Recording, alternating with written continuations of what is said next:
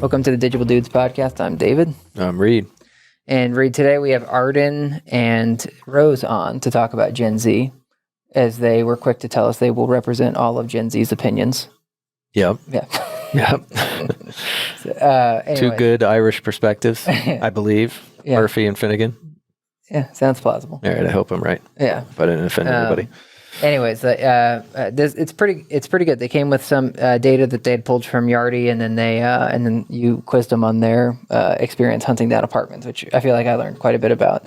And it's funny because at first I would give that I would be rough on us to say like, well, why are we going to just use two people? But harking back to last week's recording where we talked to Sam Scrobot, and she was like, you'd be surprised at how many opinions happen by just interviewing a couple of tenants. So I do think there is value in it. Yeah, I do too. And like I said, very different perspectives, even though same age range. And I think, that's what Google's, I guess, been saying for a while, but it's like you can't really predict, any one person's trend. You got to be omnipresent, cover all channels, which, a lot of people can't afford to do that. But it did, I think, clearly kind of showcase the fact that journeys are very different, which is something we talked about last week with Sam Scrobot. Yeah. So, quick question. Where do you feel like you deviate the most from Gen Z? That's a great question. Maybe just, it's funny because they said that they're less trusting, but in many ways more trusting of technology and data than I would have expected. And so that's probably the biggest difference for me. I'm pretty skeptical, just in nature, I guess. So I prefer not to be logged in or connected or having to go almost completely without any human interaction. But I get the efficiency thing, and I don't like being pitched either. I'm not an easy case, I guess. How do you win with me? But they talked about not trusting display banners and not to click them. Not to click. Yeah. That was rooted in distrust, at least with Arden it was. She was like, you never know what you're going to be clicking on or getting. Yeah. And then, I think it was Rose that said she prefers more organic approach, get to me and so I don't have an interruption to my day. But I obviously followed that up with look at all the fake news and all the crap that's now getting through in social. So yeah, fascinating. Did I answer that clearly enough? That's good. It's fun. I lined up, as I said during part of it, after the third question, I was like, I actually feel very Gen Z because I don't want to get pitched. So I'd rather tour something on my own before working with someone. They said about the website that they go to the website, basically they finish their conversion path. And I would be the same with ever talking to somebody. I would try to do the entire thing and then go through the website before ever talking to somebody. But if I had to, it'd be at the very end. Then they talked a lot about the distrust of ads, which I thought was interesting that they're more aware of ads, but then they didn't use ad blockers. So also interesting to me that there's no, they're not running ad blocker software, but then they won't click on an ad. Also, you may have noticed, but they both had notepads here, and they kept referencing how much they write down. Oh, I may see an ad and I'll write it down and I'll look it up organically later. And just fascinating because you would think okay, everyone would say Gen Z's as they said, they've never known life without a smartphone. Right. And yet let's write down everything before we search it or before we click it. And then they trusted reviews. So it's weird because they'll, like you said, some of it doesn't seem to make sense, but you asked Rose about her even privacy concerns. And she was like, no, it's probably a bad thing, but I just, I'm willing to give that up. Yeah. And I feel but it wasn't that cavalier. I mean, meaning she understood the trade-offs. Yeah. And I think that also is a difference between this generation and Xers and older, right? Is they don't almost even know the trade-offs. Whereas Rose is like, I'm going to have a bad experience if I don't accept cookies. So I think that was, interesting in that response. Yeah. And chat bots and stuff like that didn't pop up as much, but it also, towards the end, the way they answered about text messaging made me think that some of it may seem so normal to them that I wonder if they don't notice when if they're not registering, oh, I did use a chat bot to ask that question or whatever. And then it actually... So native for them that they don't, even right. There are certain recognize. things you don't even think about because you're I just do that all the time. Then you and I have talked about this 100 times because of your girls with Alexa versus I don't trust those assistants more that they're going to give me a good experience. But it made me think, I wonder if I've also gotten sullied or what have you, because I hate phone trees. I hate IVRs when you call the bank or Dell or whoever, and it's like, what are you calling for? Listen to these options, press this number, and I can never, no matter what their options are, it never seems to have the option I need. So I need to go to like an operator to get to someplace. So I wonder if like, I'll say the IVR is like the original chatbot to me. And because those experiences are so bad, is that why I don't trust these other chatbots? Or because also the first version of chatbots that came out was so bad that it's like reinforced. Like the phone bot sucks, the chatbot sucks. So I'm just going to, and I don't want to talk to somebody. I want to go around them. But oftentimes I feel like I got to talk to somebody. Yeah, I'm the exact same way. And I keep, part of it may be because of, the company that we have here, but trying to give it the benefit of the doubt to these chatbots. I'm like, I'm not giving up on them. I know that it's a process, and there's, we've heard some of the stats ourselves, like, oh, it's 60% smarter, or 60% more questions it can answer. And yet I find even with the biggest like global tech companies or telecom, like a Verizon, it's still a nightmare experience. It like baffles me, that it's so, for me, dumb, and only can answer, let's say 100 questions. I mean, what grade level would that be on? And so that, I don't know what to do with that. And what I typically do is I get angry, cut it off and just pick up the phone. And then I'm on the damn phone tree. And I just am like, please let me push 0 and actually get to somebody.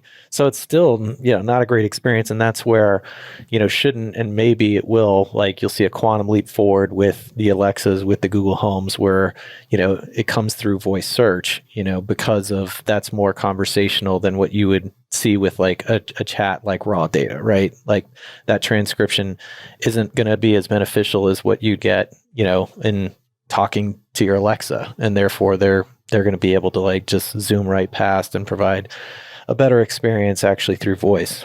I don't know. This is a crazy idea, but I'm surprised it hasn't happened yet.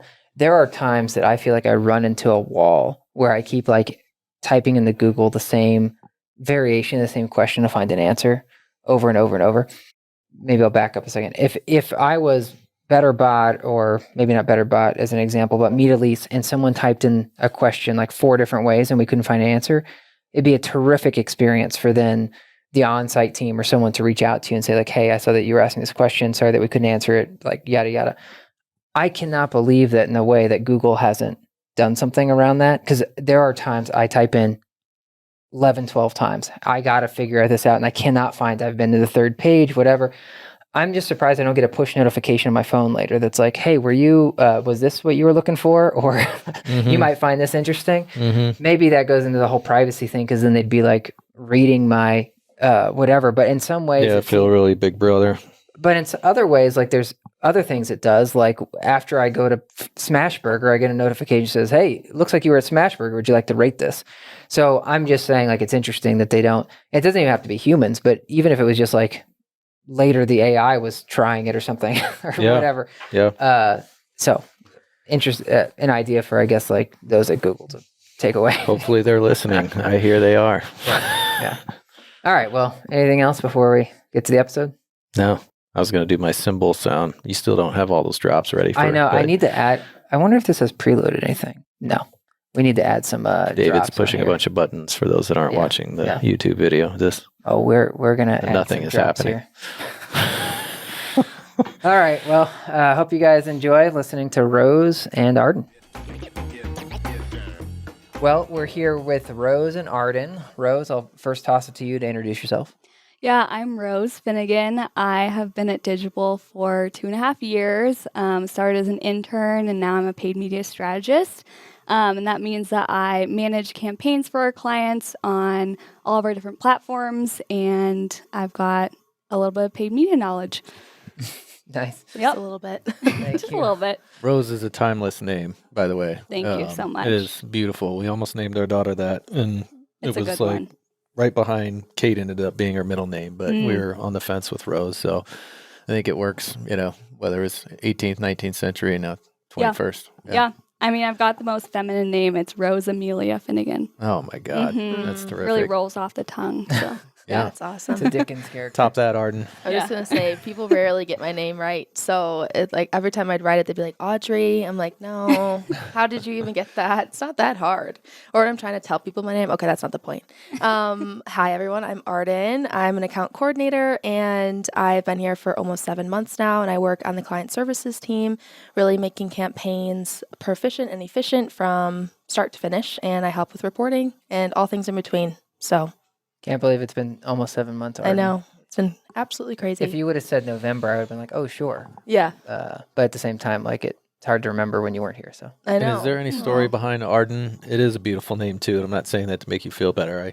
I really like it. It's originality, which It's I very had to different. like lean into my own originality. You know, I went through read a book, all this stuff, and finally my mom saying 80 times, you know, it's got character. You know, Yeah. I finally bought it. But anyways, what's and the you story know that with if you Arden? picked up a book. Yeah, right. I wish there was a cool story to say, and I need to make one up at least. I really do at this point in my life. I should just have one ready. But literally, my mom just saw it in a Hawaiian like tour guide, Oh wow, like a pamphlet when they were on vacation. that's still So, pretty cool. Yeah, I think dig it's a it. rainforest somewhere, but that I figured out afterwards. It's getting better and better. Yes, That is good. I don't know that mine has a story, so No. at least you have the pamphlet. that's Yeah. true. It's you and Goliath, man. That's, Yeah, I know that I was supposed to be Peter, oh, but somehow they changed it to David. I'm glad they did, but I wasn't. Not a fan of the Peter. I would have been, You know. yeah, moved you to Pete pretty quickly. Yeah. Yeah. All right. Well, we're here to talk about Gen Z, and so I think Arden, you lost the Coin toss. Coin toss. The Thank you. air coin toss. Yeah, and now you get to define Gen Z. Oh, yeah. So me and Rose are just two of many, 67 million, I think, in the US, which is crazy. We're the biggest generation yet and the smartest. One of the articles said that we read, and we were born between the years 1996 and 2012. So we're really just getting started in our renting lives, graduating college and getting our first jobs and things like that. So Is that the typical? Reed, do you know this range for a generation? Yeah, it is. The Xers, I think, are the shortest, and I think it is based on how many there are. That really kind of starts like to this, determine, like, peak and what the gradient is.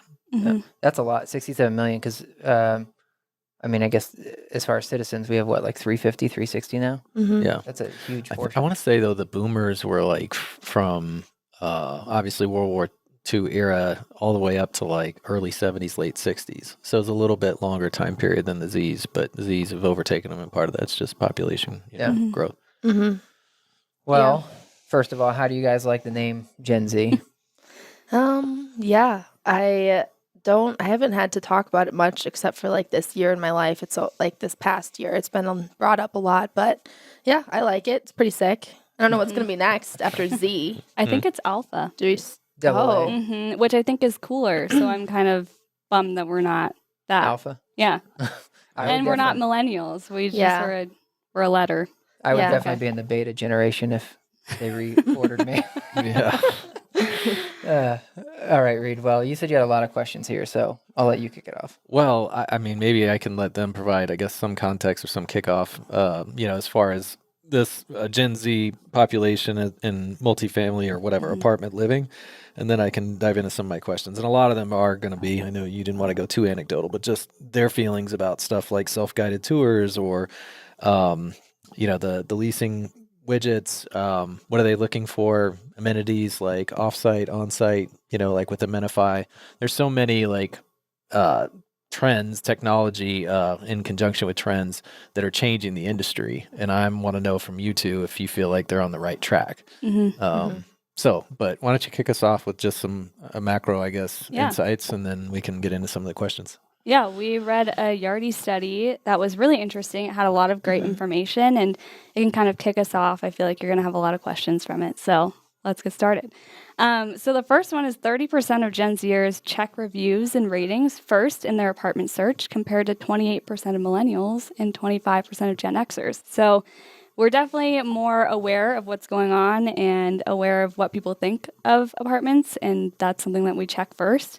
So I'd say that that's trending up, and paying attention to reviews is going to be really important for Gen Z. Do you want me to save my questions or interrupt you? You can do whatever you please. All right. Well, I'm going to stop you then and ask about reviews.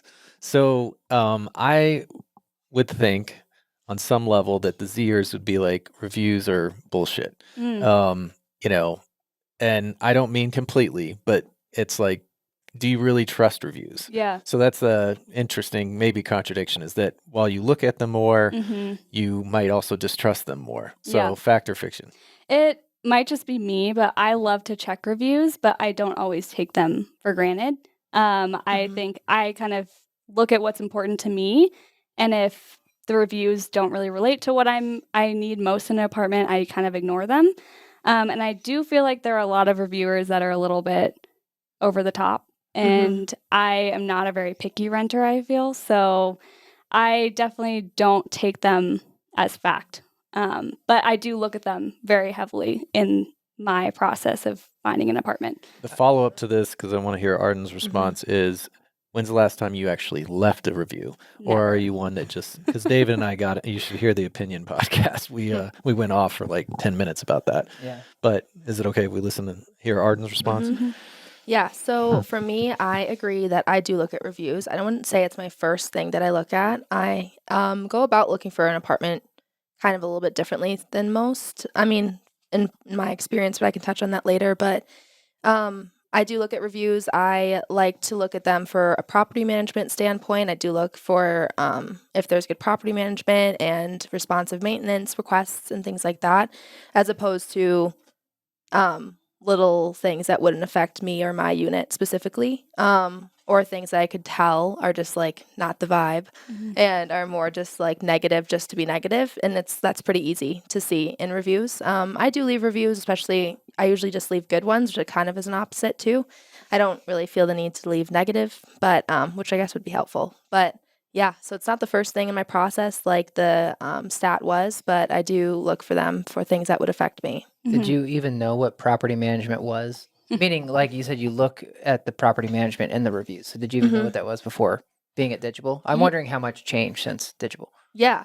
Oh, well, a lot has changed since Digible. But before Digible, I did still look for it just to make sure it was a good company that I was going to be living with and giving my time and energy towards. So yeah, I did. It meant something to me before and after Digible, but more now. Yeah. And what about on the reviews?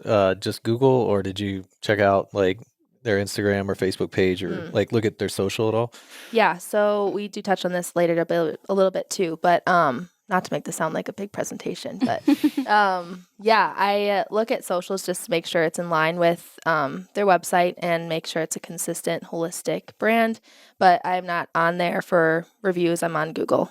Got it. I feel like I bet we could get some data on this, but it would be, to me, it's logical that there's not as many fake reviews or bad reviews, meaning like unauthentic reviews for apartments versus Amazon. There's a big incentive on Amazon to generate fake reviews on apartments.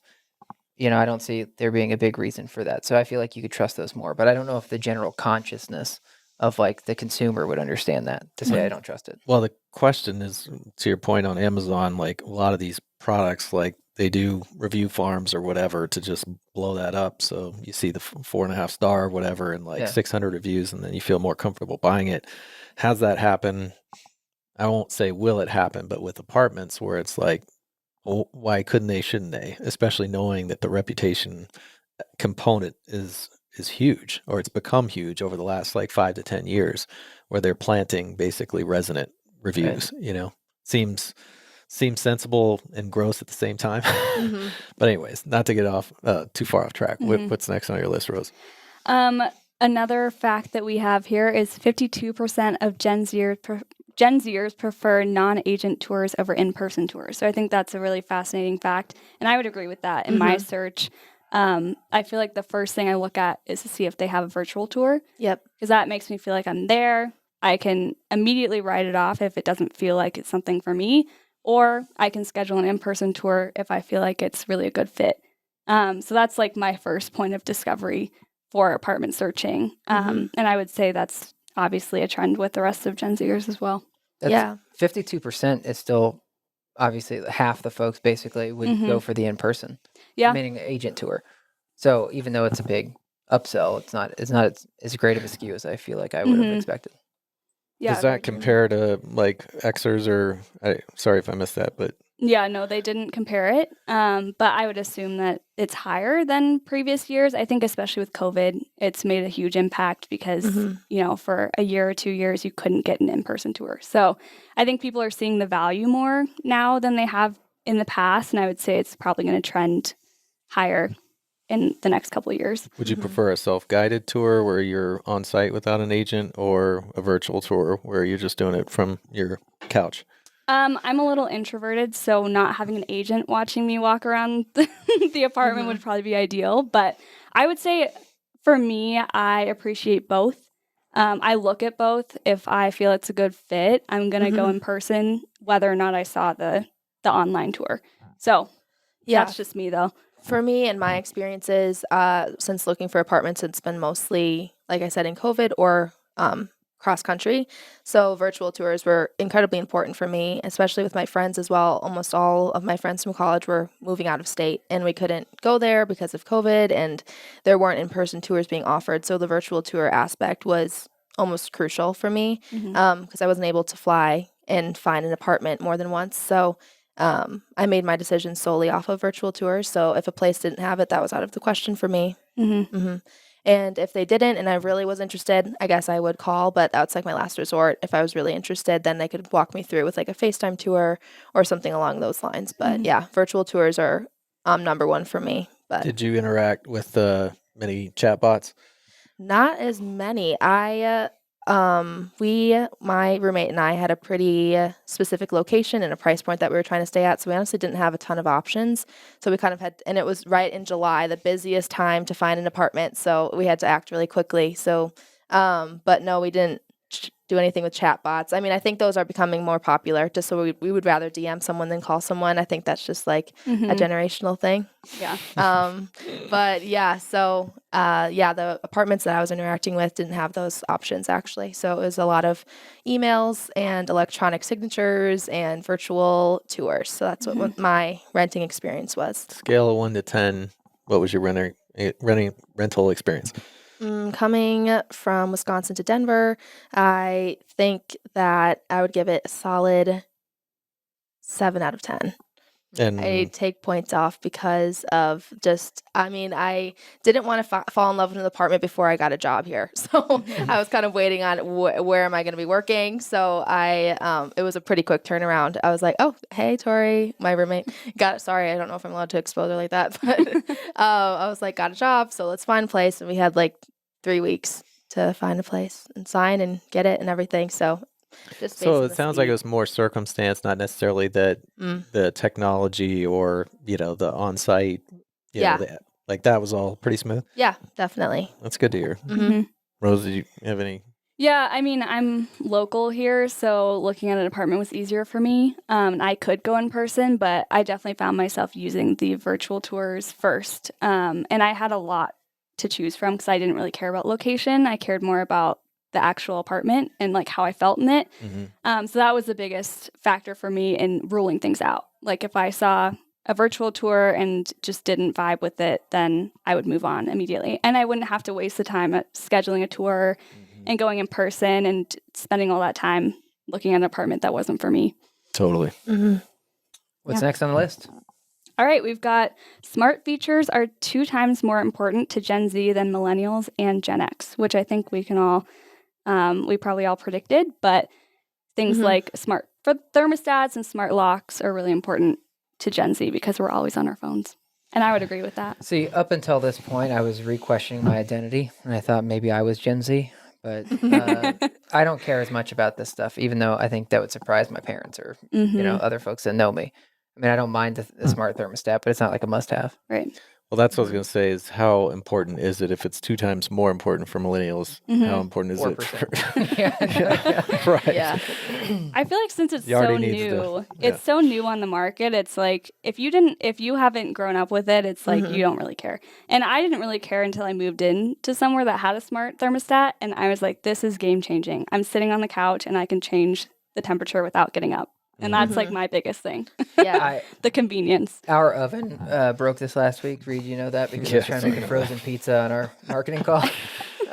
Very sad. So we went shopping. And Oven of course, shopping? Yeah, and of course all the ovens are now like smart ovens where That's they're like you amazing. could use the app to set the temperature. And I was like, there's no way I need that on my oven. But then I started to try to sell myself on it. And I was like, you know what? There are times that I'm out on the treadmill, which is out in a detached garage, and I want Nicole to start preheating the oven. So I'll like, hey, Google, please tell Nicole to preheat the oven to 450 degrees for my pizza bites. But then I was like, no, I definitely don't. That is not the buying decision on this oven. We still have not settled on one. We almost bought one, but then we had some questions about the gas line, so TBD on that. Well, it just makes you wonder, what are people going to do with all the quote unquote extra time, that the Internet of Things is giving us? We're going to watch TikToks. Yeah, exactly. That's all you can do. Exactly. But you know what I mean? Like, what's the movie WALL-E? You guys know that one, Pixar? It's like they're so lazy they don't do anything, you know? Yeah. I'm definitely, I can see myself becoming that as I get more technology under my belt. But No way. we'll find some things to do with Idiocracy, Reed, you know that one from Mike Judd? I know Mike Judd, but no. Yeah, he did one, Idiocracy. I mean, you might want to have a few glasses of wine. Mockumentary before. or? It's basically Wall-E before Wall-E, but live action. I think it's Owen Wilson that plays it, and it's basically just like now everybody drinks Gatorade instead of water because it's performance enhanced, of course, and yada yada. It's way grungier than Wall-E. All right, where it takes put it on my list. Yeah. All right, what's next? All right, those are all the numbers we have, but just a fact about Gen Z is that we are the most ethnically and racially diverse, and we care the most about social issues and want that to be reflected in brands and in their advertising. So I think that leads us on to some of our things that we think are important to Gen Zers. I think that kind of plays into fair housing and stuff, and making sure that your brand and your advertising is the most inclusive that it can be, because we are looking out and we do pay attention to what goes on the internet. And those are things that are really important to us as people. I think that that was one of our first hot takes, is that we think it's really important for property management companies on their socials to take stances on social issues, especially with properties in more progressive neighborhoods. And we think that would really win over the Gen Z renter, just because we are very in tune with all that's going on. And we feel it's very important for that to be in every area of our lives. And we think that seeing that would be very valuable, especially on social. I hadn't heard the part about most diverse. So do you guys have anything more on what's causing? Well, wouldn't you expect that? I mean, Why? you're following the demographic trends, right? Well, I don't know. It's tough because I just guess I want more than just like because we've also been tougher on immigration and things too. So yeah, Biden administration's getting roasted lately. That was like their calling card, and they've been sending. I think it was a huge group of Haitians that they were pushing back out. I mean, I still think better than previous administration on that front. I'm not going to get political here, but anyways. Well, maybe I should let somebody answer your question about the diversity, but then I have a follow-up to that. Yeah, I was thinking, I actually don't really know the answer, but just the thought was maybe our generation has more ways of like writing down our race and things like in standardized tests and like different applications that's more prevalent to maybe now. I don't know. So you're saying maybe the data is better? Yeah, I'm thinking just maybe, I don't even know. I mean, I want to think that it is also true, but it might just be the data collection, but I don't know. What do you think, Rose? Yeah, I mean, I think with I guess, would it be Gen Xers, our parents? I feel like interracial marriages are a lot more prevalent these days, and mixing of ethnicities is really prevalent with Gen Z. I think that's probably the biggest player. And just in terms of like social issues and stuff, I think having such a huge ability to see all those different stories come to light on things like TikTok and YouTube, we're more aware of those things and are lifting people up who are more ethnically and racially diverse as well. Yeah, I think you nailed it. I also think that, and I don't have the stat, but that Caucasian white families are actually having less kids, and that hasn't changed with the minorities, which soon will be the majority. In fact, I think you knew this, but in Texas, that had already crossed over years ago. But they're expecting, I think, within the next 5 years that you'll see that crossover in the United States. But whether it's Hispanic, African American families, Indian, Asian, that they're not, I'll say, slowing down like on the size of the families. But then the interracial is a huge part of it. So hopefully is that satisfactory? It helps. I can't wait to like dive into it though. I'm really curious Yeah. to know. I want to see What's like driving it? how Yeah. that pie chart has changed over time. Yeah. And I knew that in Texas because obviously we grew up there and it was a big conversation then. Yeah. I remember that was actually like as we were going into middle school, they were saying they were basically campaigning like you should take Spanish because of how much change was happening in Texas. I do. This is like a quick aside read, but I often ask you like how they're changing like the school education. So do they still teach melting pot with your girls? Do you know? You're using that generally speaking, right? What do you mean? Like there's not a textbook called melting pot. Yeah. No. Just the term, because I know that some of those things they've changed over time. Where they, Yeah. where Well, they I pull think it. they're putting more emphasis, and there's also more, I guess, nuance, classes even in middle school that they can learn about different cultures, earlier than I'll say we did. Yeah. I brought that up this morning with Black History Month. It's like, nobody in this, I think, whole building knew about Juneteenth until last year, and it was because of all the social unrest, that was stemming from Minneapolis, and then we all were like, whoa, and that I do think is changing, in a good way. It's bringing that type of history and I guess more multicultural education like to our kids, at a young age. So, and I mean, obviously they're growing up in our household, so you'd probably expect it, but they are very open and I'll just say liberal minded and excited to like meet different cultures, and the schools that they're at, Euclid, the middle school, is definitely way more diverse than the track we were originally on, and we did that intentionally, and I think they're already benefiting from it. Yeah. Great. Yeah. That's all the quick facts we have for you, but we do have some opinions from us, not speaking for all of Gen Z, but at least from our perspective, what's important to us. Yeah. If you guys would like to hear. Well, I'm excited that Arden already used hot takes, so I'm excited, to hear the hot takes from Gen Z right now. Yeah. I can't speak for all of Gen Z, but Yeah. I do have another hot take for us. All right. If you'd like to hear it. I think that, at least personally, I don't know if this is because I am a paid media strategist and I know about everything to do with ads, but I tend to avoid the obvious advertisements. So the paid search ads, the display ads. But I will say, I think where a lot of us should be heading is towards more organic looking ads. So on platforms that support that. So things like Instagram ads where they're directly in your feed. Same with Facebook, but Gen Z is not as big on Facebook. Same with TikTok ads and Spotify ads, things that directly integrate into your experience online without it being an interruption. Specifically, like you go on to weather.com and like all the display ads are crazy. Like nobody's going to click on that. At least for our generation, I feel like having more organic looking ads is going to win over a lot of us more, and so that we won't be interrupted in our internet experience.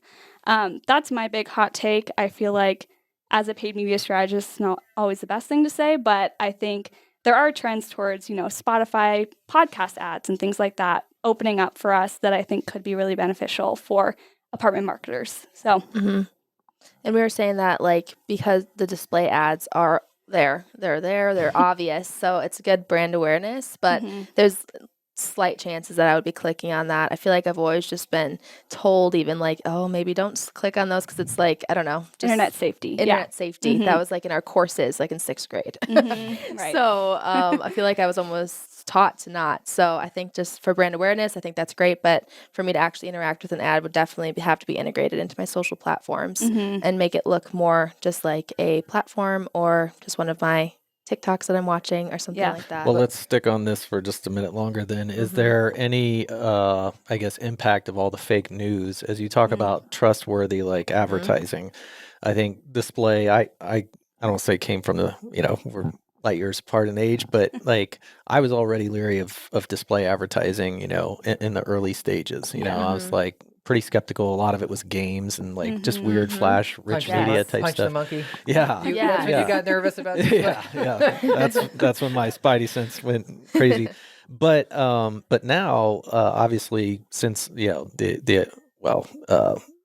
it's 2 elections ago, but more and more conversations coming up and concern around fake news and I don't want to say fake social, but you guys know where I'm going with this. So how do you feel about that? Do you feel like you still have a high level of trust with the content you see like in your news feeds and on your social network, or is there a little bit more skepticism? Or I would say personally, I mean, I have a lot of skepticism and I feel like I am the type to write down something I see on an ad and then visit the site organically later, which I think we analyze a lot in our reports in terms of brand awareness and brand lift. But I think just clicking directly on ads, I'm definitely skeptical of that altogether. And then I like to do my own research. So if I see something and I'm interested in an ad, I'll definitely research it on my own before making any moves to purchase something or download something. And I think that's just all what we've been taught in terms of internet safety and stuff growing up with the internet. Yep, I feel the exact same. It just seeing it cut out on the side of my blogs or my news articles that I'm reading, something about it, I'm either just not looking at it or it does look a little bit off to me. I would never click on it, especially if I know we focus on specials and things, and if there's a special in there, I'm like, something doesn't feel right to me. Like it's wanting me to grab. Why? I'm always like, I think we're just like a not very trusting generation. We're very much like, no, we're going to question this and we're going to do our own research. We're very independent. But yeah, I agree that I would write it down or definitely visit the site organically instead of just clicking on it. Yeah. what about tracking then? Where do you guys sit on that? Do you typically allow for people to track your cookies, or are you, the first to opt out? Like, how do you feel about data privacy in this day and age, especially for you, Rose, now that you're in paid media? I wouldn't say I'm not scared of it, to be honest, which might be wrong. But for me personally, I feel like if I'm seeing something that's relevant to me and that's interesting to me, I would rather have that than just have random ads popping up that aren't relevant to what I am interested in. So I'd rather have, an ad of a shoe that I really liked on a website pop up 20 times than have something that doesn't relate to me at all. Yeah. For me, it depends. When it comes to apartments and things I'm shopping for, then definitely I'm fine with, I always usually accept all cookies. But when it comes to travel and prices for flights, that's when I always reload or deny, so I don't get bumped up with different prices because I know I'm looking. So I feel like whenever I'm traveling for flights, that's the only thing I'm really thinking of, the cookies. Besides that, I'm like, whatever. Yeah. That's smart. Well, I have more questions. But taking us back to the apartment experience, which I'm sure most of our listeners would be most interested to hear more of, how do you guys feel about amenities? So one of the, I don't know who it was, David, whether it was somebody we had on here, or whether it's something I just read, but that there's less and less priority being put on the on-site amenities and more being put on the, call it external, which is, we've had Everett on probably a couple times now from Amenify, but that's their whole business model, is they're bringing all these like dog walking and massages and groceries, anything you can think of, they're bringing it to multifamily. So where do you guys sit on that? Would you put a bigger priority on like a fitness center and the pool, or what you get like, I guess, through the networked amenities? I'm guilty of caring a lot about those, and then when I move in, never using them. But that works to the apartment's advantage because they sell me on them, and then I don't ever use them. But I would say convenience is really big. I think having a gym nearby, I'm more likely to go to it. I don't have to necessarily pay.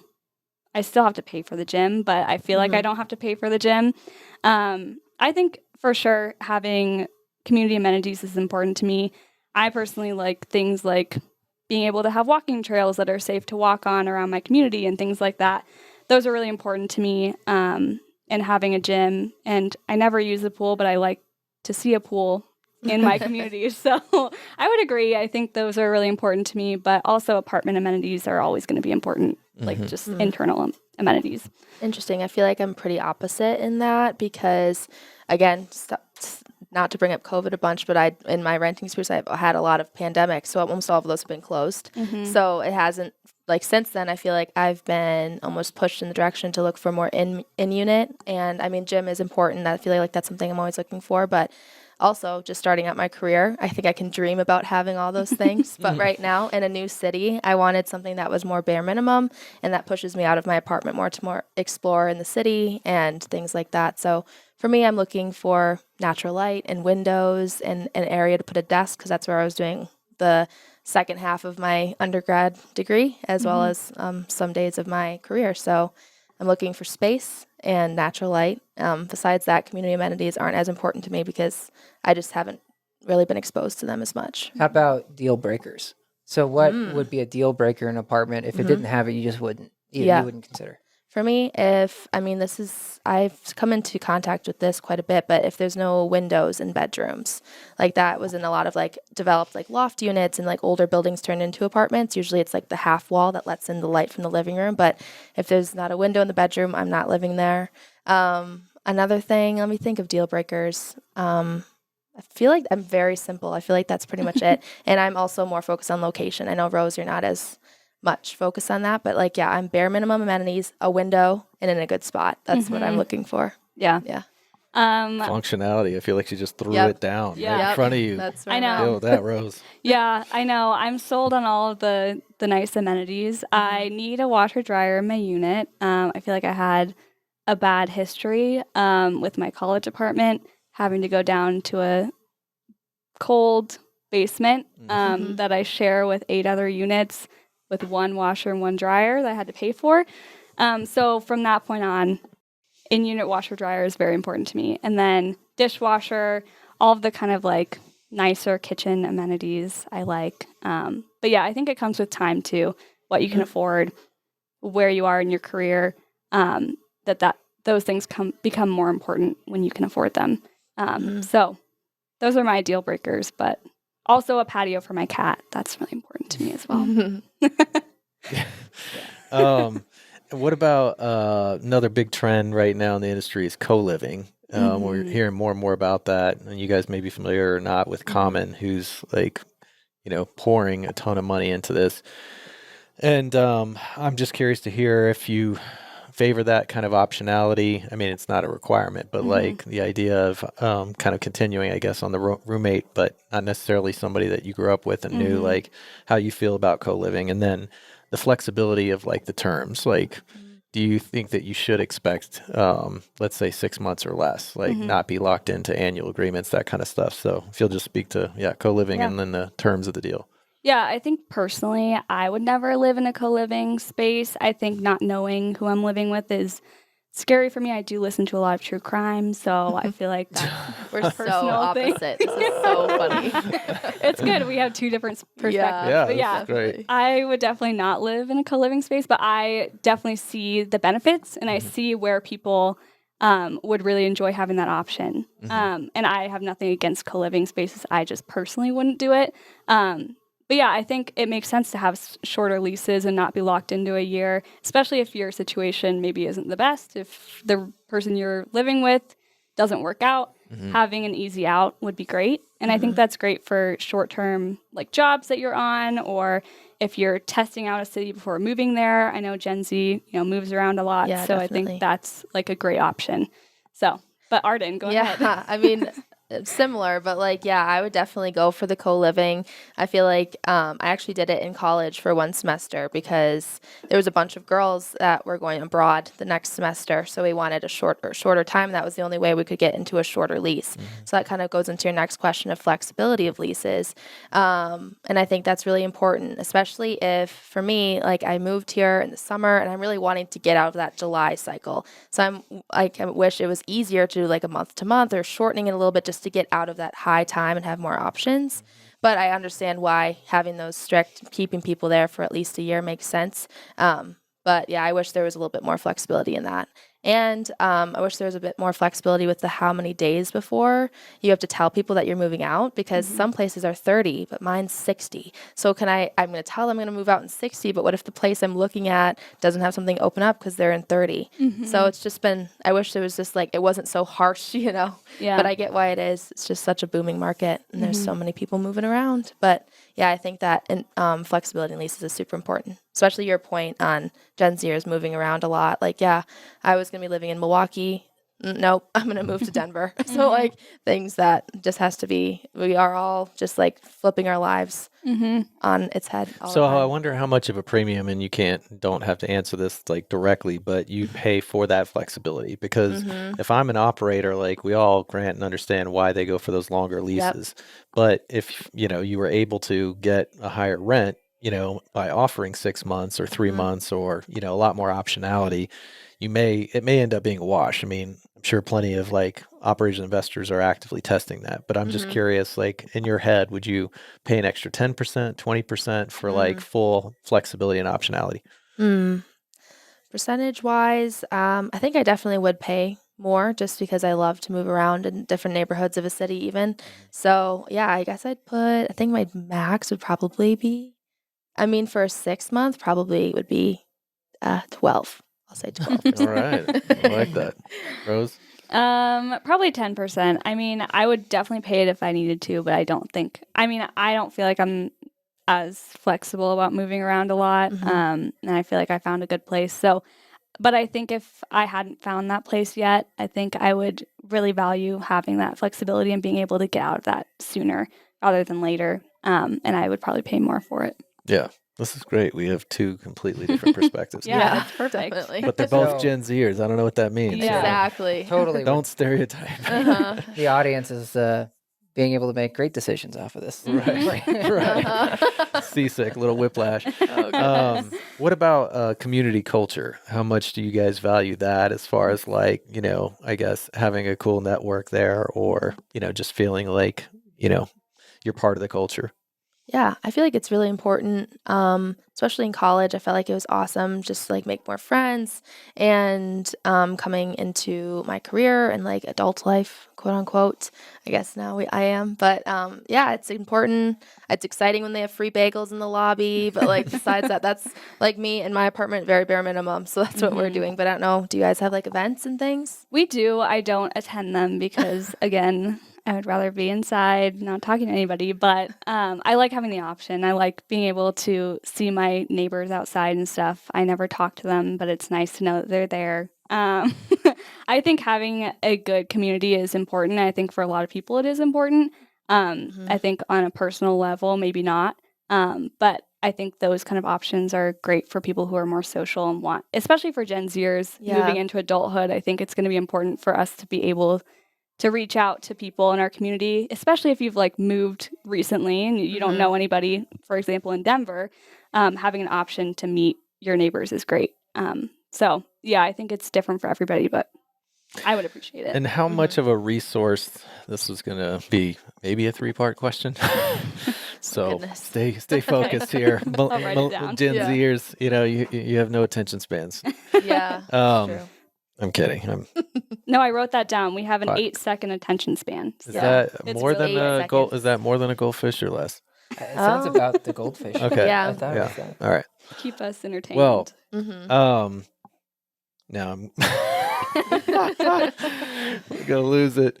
Resource. The on-site team. How much do you guys, or have you seen them to be a resource, scale of 1 to 10? And it is okay to throw an NA up there, where it's like I just don't talk to them.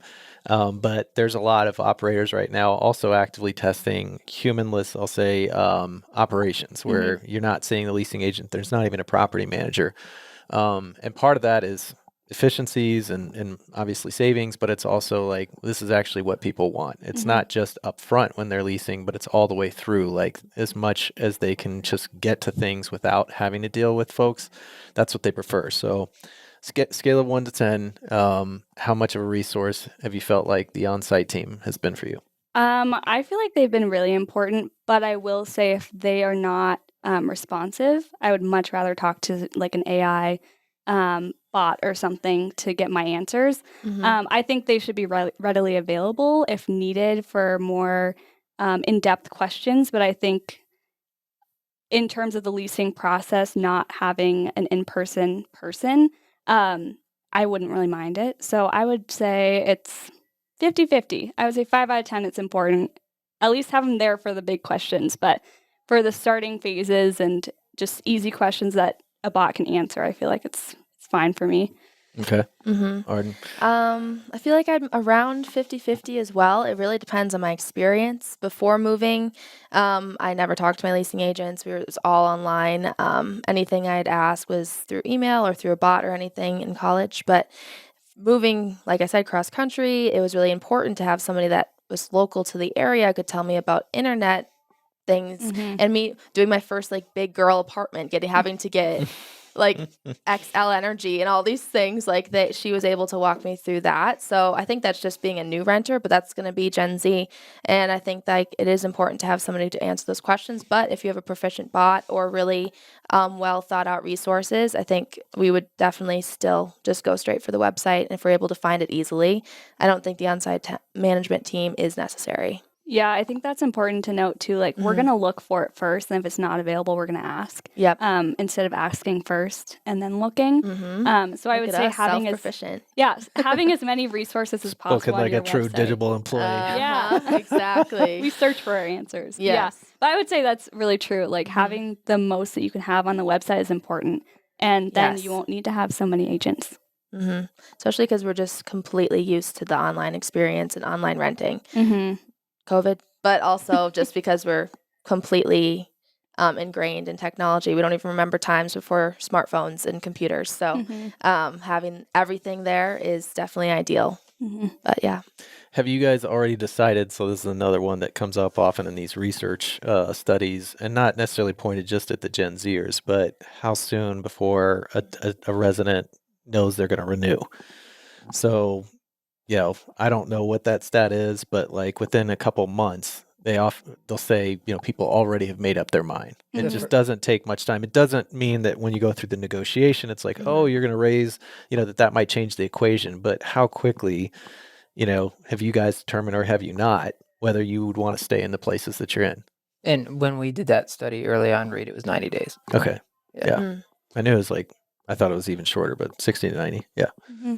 Yeah, I think I knew exactly what was happening in my brain with it pretty quickly. I feel like I knew like 6 months ahead of time that I was moving. And I was even looking that far ahead, which I knew was silly because there wouldn't be availability, but I wanted to see what was out there and what the prices were. But I knew absolutely, I feel like it's just my personality too, just like wanting to be on top of things. But I definitely knew many months in advance. For me, it's almost the day I move in because I just know I like a change of scenery. So I know I'm going to move every time my lease is up. It's just always what I've done. My mom and my brothers who always help me move. Thanks, guys. As if they're going to listen. But they're going to. They better. I know I'm going to send them the link. But they're like, stop moving every year, Arden. And I'm like, well, now I'm across country, so they don't have to help me anymore. But I know unless it's something really special, I don't know if I'd ever stay in a lease more than once. Okay. ILSs. Did you guys spend some time on apartments.com, Zillow, Zumper? Was that, now getting back into how do we market to Gen Z? You mentioned that you favor more the organic, kind of route, but talk to us a little bit more as it relates to the online resources from an advertising and marketing perspective. Yeah, I definitely reference those. I go on for ideas, but I don't trust the information for some reason. For me, I'm like, this is probably not accurate. It's probably not up to date. I don't know what that is, but that's just my initial thought. So I see the places. I usually take it to get to a location, and then it has all the little green pins. Then I'll click on the ones, I love that I can put my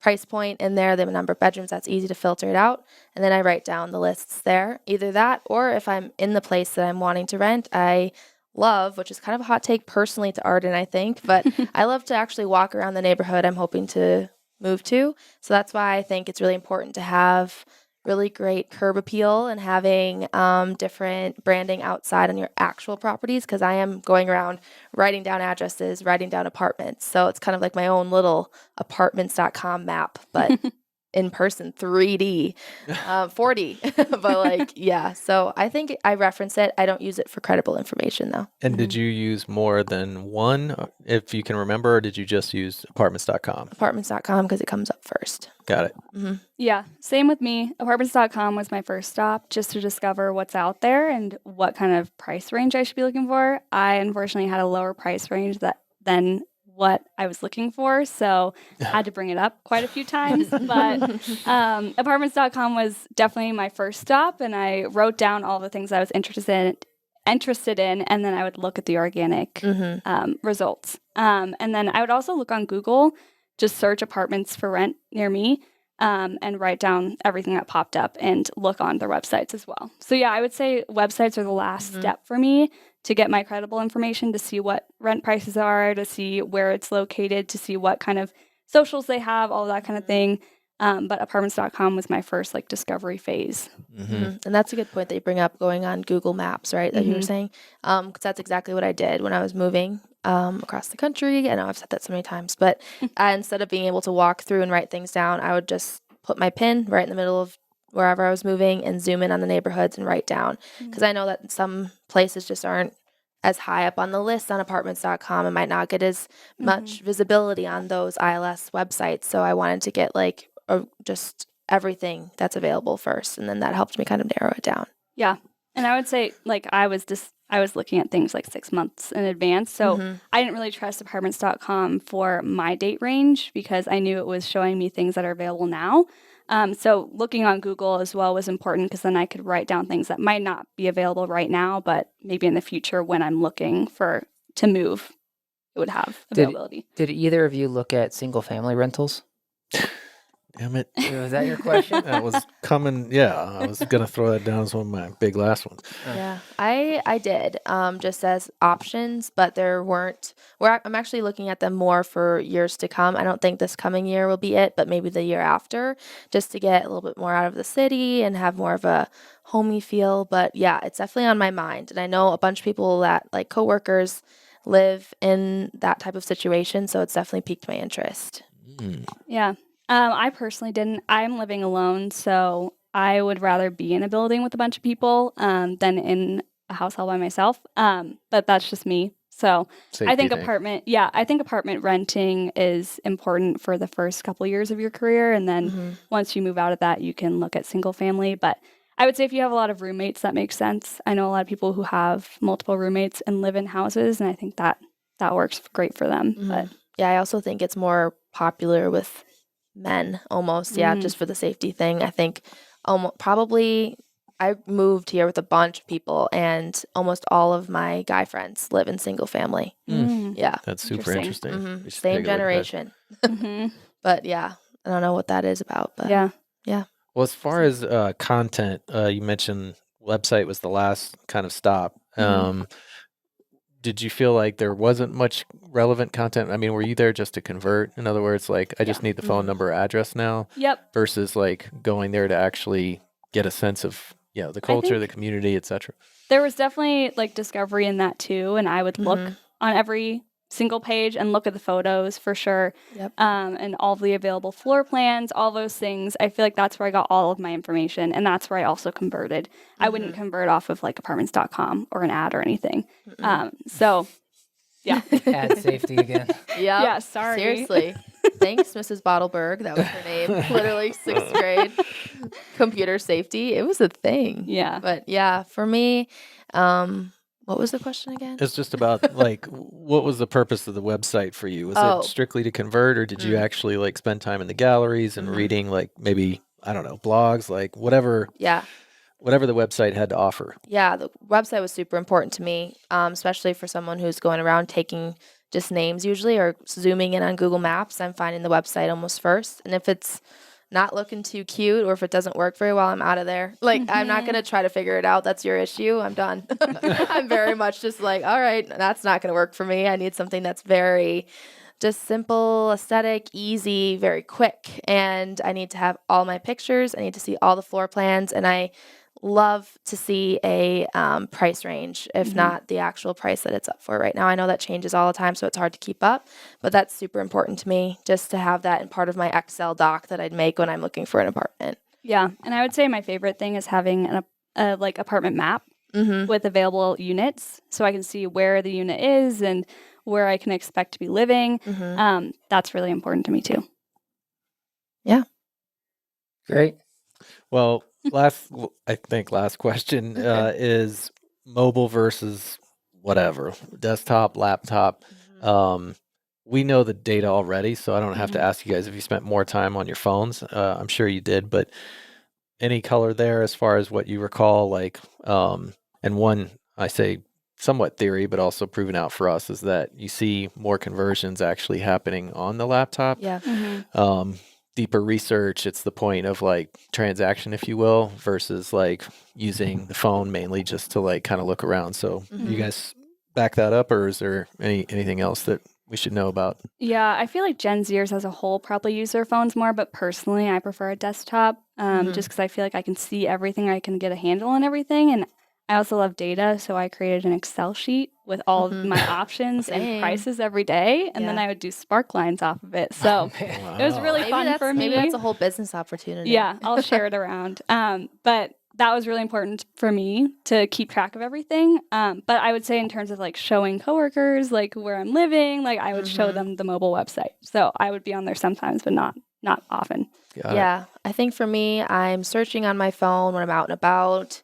I'm writing things down. I'm looking up quickly on the website. But as far as applying and doing all the big heavy lifting, it'll be on my laptop just to maybe see contracts larger, be able to download PDFs easier. I feel like I'm not as well versed with that kind of technology in my phone.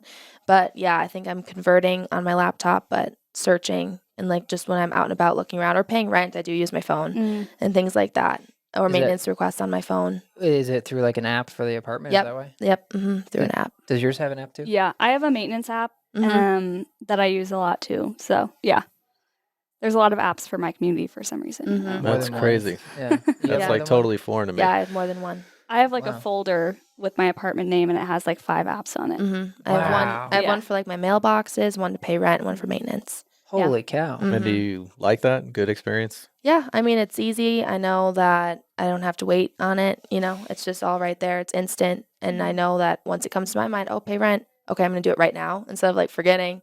And 8 seconds is gone. So I forgot. No.